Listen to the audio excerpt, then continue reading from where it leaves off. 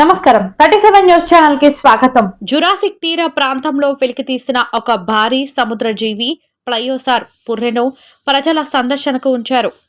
ప్లయోసార్ కు చెందిన 2 మీటర్ల సుమారు 6.5 అడుగులు పొడవైన అవశేషం ఇది. భూగ్రహంపై తిరిగిన అత్యంత భయంకరమైన వేటాడే జంతువులలో ప్లయోసార్ కూడా ఒకటి.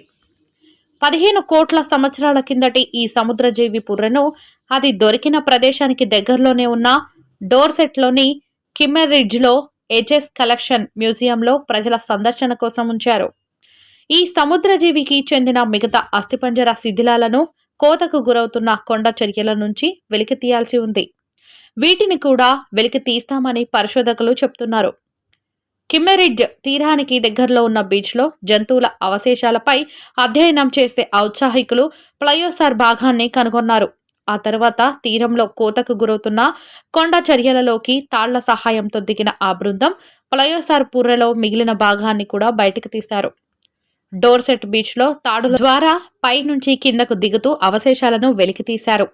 ఈ అవశేషాలను తొలగించే బృందానికి స్టీవ్ హెచ్ఎస్ నేతృత్వం వహించారు.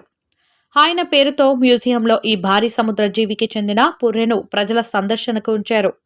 దీంతో పాటు ఆయన జీవితకాలం పాటు సేకరించిన ఇతర ఇలాంటి అవశేషాలను కూడా ప్రదర్శనకు ఉంచారు. ఇవి చూడడానికి చాలా ఆసక్తికరంగా ఉన్నాయి. ముఖ్యంగా పిల్లలు వచ్చినప్పుడు వాటిని ఎంతో ఆసక్తిగా తిలకిస్తున్నారు. వారు వచ్చి దాని ముఖాన్ని చూస్తున్నారు అని ఓ బీబీసీ న్యూస్కు ఆయన చెప్పారు.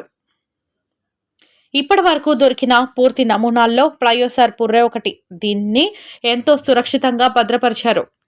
దీని దవడ మొసలి దవడలా ఉంది. 130 పదునైన దంతాలు ఉన్నాయి. పుర్రెకు 2 వైపులా ఉన్న భారీ కండరాలతో నింపి ఉన్నట్లు పెద్ద పెద్ద రంధ్రాలు ఉన్నాయి. ప్లయోసార్ని సీరెక్స్ అని కూడా అంటారు. 10 నుంచి 12 మీటర్ల పొడవు పెరిగే ఈ పురాతన సముద్ర జీవి తనకున్న 4 అతిపెద్ద రెక్కలతో మహాసముద్రంలో తిరిగేది. ఇది భారీగా ఉన్నప్పటికీ వేగంగా కదులుతుంది.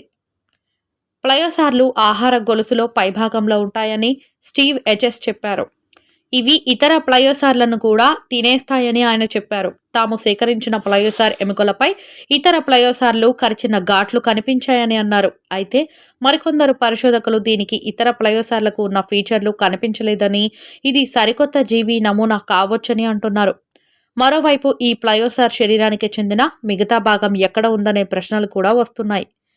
కిమ్మెరిడ్జ్ తీర ప్రాంతానికి చెందిన కొండ చర్యల్లోనే దీని అస్థిపంజరం ఉండొచ్చని భావిస్తున్నారు.